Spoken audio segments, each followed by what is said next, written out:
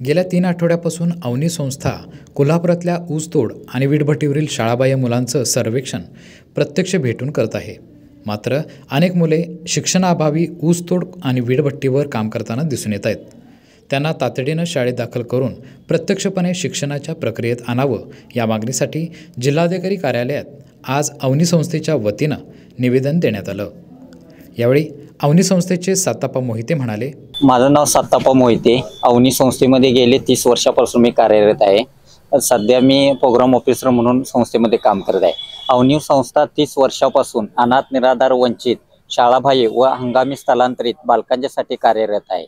सध्या सन 2024-25 या शैक्षणिक वर्षामध्ये मराठवाड्यातून कोल्हापूर, सांगली, सातारा या जिल्ह्यामध्ये लाखो कुटुंब वीटभट्टीवर ऊस तोडणीसाठी स्थलांतरित झालेले आहे. त्यांच्यासोबत जवळजवळ 50 ते 60 हजार बालकं या तिन्ही जिल्ह्यामध्ये स्थलांतरित झालेले आहेत. तसेच कोल्हापूर जिल्ह्याचा विचार केला तर सहकारी साखर कारखाने 12 कारखाने व 24 वीटभट्टी या कार्यक्षेत्रावर जवळजवळ 10 ते 12 हजार बालकं आलेले आहेत.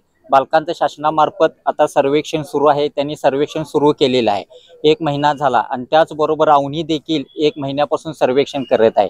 आज सर्वेक्षणाच्या माध्यमातून असे निदर्शनास आले की अजूनही देखील बालकं वीटभट्टीवर ऊस तोडणीसाठी पालकांच्या सोबत ते फडात जात आहे.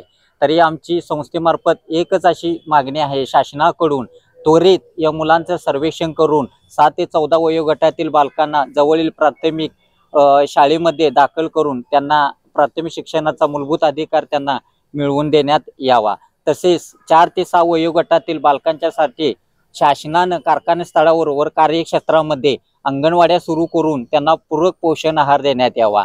आणि 7 ते 18 वयोगटातील एकही बालकामगार वीटभट्टीवर ऊस तोडणीसाठी काम करणार नाही याची सहाय्यक कामगार आयुक्त डिपार्टमेंटने दखल घ्यावी आणि जे बाल कामगार काम करतील त्यांच्या पालकावर गुन्हे त्वरित दाखल करावे आणि त्या बालकांना बालमजुरीतून मुक्त करून त्यांना शिक्षणाच्या प्रक्रियेत आणावं, असे आम्ही अवनी संस्थेमार्फत आज जिल्हाधिकारी यांना निवेदन दिलेलं आहे. या मागण्या 15 दिवसात पूर्ण नाही झालं तर लोकशाही पद्धतीने आम्ही उग्र आंदोलन उभा करू आणि या बालकांना न्याय मिळवून देऊ.